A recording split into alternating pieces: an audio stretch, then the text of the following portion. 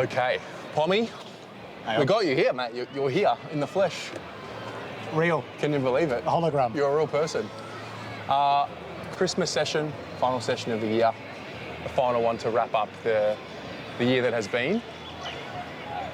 Is there much to say? What caught your eye today? I think the heavy development on the transition, which is probably the very weak area of our game, probably where we know David King, he likes to pot short Carlton. Yeah. It's the only thing he cares about. There was a real focus on that, especially interesting to see Ollie Hollands and Jackson Binns being given the responsibility of kicking outside of D50, which seems to be a real pattern because the orange team were doing it and the blue team were doing it.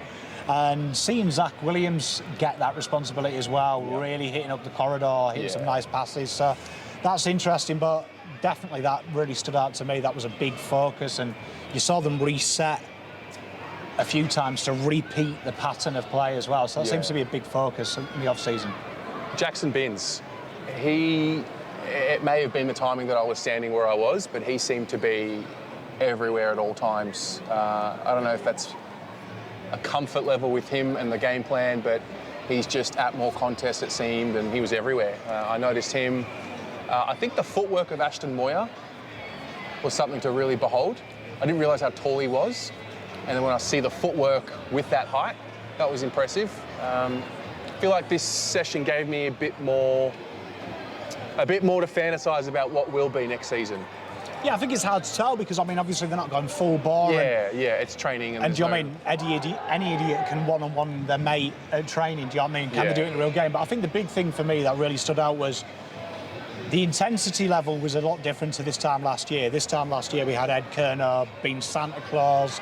It felt a very party atmosphere. This was business, and that seems to be the impression of the boys. I do want to give a shout out to Elijah Hollands, who, a bit ironic of me to say, but he did look a bit chubby in the court appearances. That guy's looking in shape and ripped, and was definitely a point of difference, Ashton and Elijah at half forward. I thought today put players like Jesus and Cunningham to shame in what they can do. We saw the touch of class of them two players over that. So that could be an interesting development, I think, as the season progresses. A bit of pressure. Thought the signs of Harry Lemmy as well. I remember his sessions last year. New kid on the block, maybe a little bit timid. It was good to see him hitting up quite a bit, taking a mark on the lead, half forward, getting a little bit more repetition in that area. Anything else? For me, watching Harry Mackay, I felt last year when his kicking went, him engaging early in the contest started to desert him as well. Where today, albeit he was on Lewis Young, who, again, it was as close to Harry at times as I am to my ex-girlfriends, to repeat the joke. He was engaging incredibly early, and then he went on Caleb Marchbank, and then there was a little bit of him on Waitering, which wasn't as easy for Harry, but it was his willingness to engage again and him lead the defender to the ball, not the defender lead him to the ball, and seeing him play out in front. And as usual, it would be remiss of me to be on the show and not mention a god, Charlie Curnow. Charlie Curnow. In the 13. In the 13. I've got to say, when he was playing for his representative team today, if they were keeping score, he could have had about 50. He was very damaging, and it's good to see, and nice to see the one-on-one drills as well. He finished with some one-on-one drills. Curnow went up against Jesus. We saw Billy Wilson show his pace through stoppage and his hard tackling. So some good signs there. The boys were quite physical. There was quite a few guys hit the deck today. Yeah, there were a couple of collisions. They had a few guys. Easy. They were down for a few seconds. I was saying to everyone that I've been speaking to today, there's coming here, it always is a beacon of energy, but I think these past few open training sessions have really given me, I come here and I feel instantly better. I think in years gone by, you'd come here and it'd be a little frustrating, or you would be frustrated with what's happened with the team. Whereas now there's there's a difference, there's a piece to it, to being here, and they do it very well. The vibe definitely at the moment is they're not happy to see us. You are seeing someone at work. Correct. As opposed to before, it felt, maybe it could be psychological on my end, but it does feel like we are witnessing a football team at work. It reminds me a lot of, on this show I've talked about seeing training at Richmond in 2017 and 2018. Yeah. I get that feeling of these guys are at work first, and this is what they do, and they look very serious. I'm looking forward to it. Can't wait to see it. Yeah. So there were a few names that were on what we'll say a modified program. So probably ran laps for the majority. McGovern, which we know about because of the concussion. Wiedering, Sam Durden, Cowan, Adam Sard, Ashton Moyer. I think all the rookies, the first-year players did, and then they joined in with the main match simulation. Cunners, Matt Carroll, George Hewitt, Blake Akers, Zach Williams, Corey Durden, Orazio Fantasia, and Caleb Marchbank, which nothing really surprising. Probably Sard's the only one that I'm not used to seeing not with the main group. But did look fit and was moving freely as well. It has to be said, all their names, even though they're injured, were moving freely on the laps. There was no discomfort. Yeah. You could see that they were okay. Well, that's another big thing, to have so many of them out there in December. I think also the fact that you see Jack Martin out there in the main, he did the whole session. To see that's a good sign for someone like him. I don't know, it's just such a crucial point right now. They've got 3 weeks off, I think it is.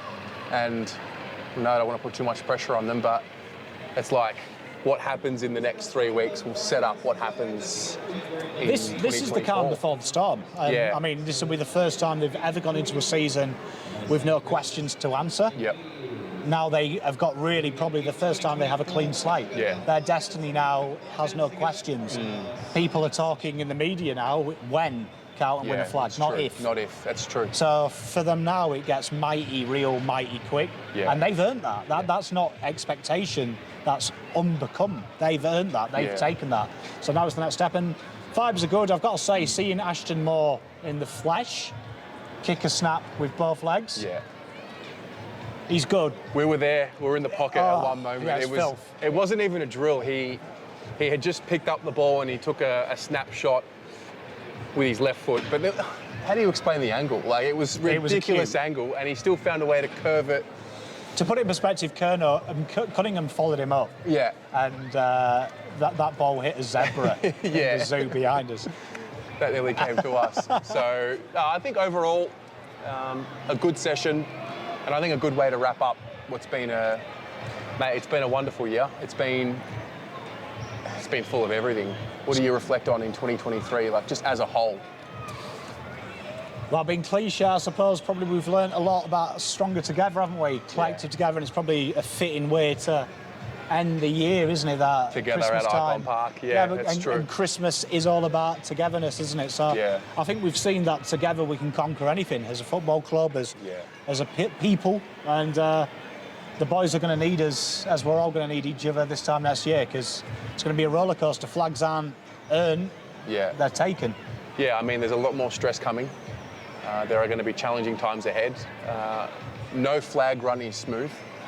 And I think that was the main takeaway. And I kind of felt it before the season started. It was like, I remember saying I wanted to focus on trying not to get too caught up in the small picture and the week to week and try and view things in big picture. But I guess circumstantial, you lose 8 of 9 and you lose your head a little bit. I think for me, it's fascinating how far supporting and I think covering the club can take your mind, like on either end.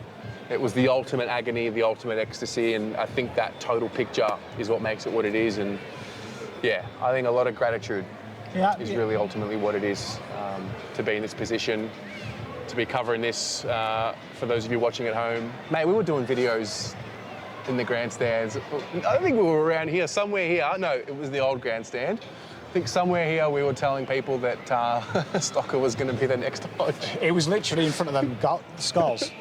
I was sat there in the old stands. Yeah, so, hey, it's been a journey. But, thank you to everyone for making season 2023 what it was.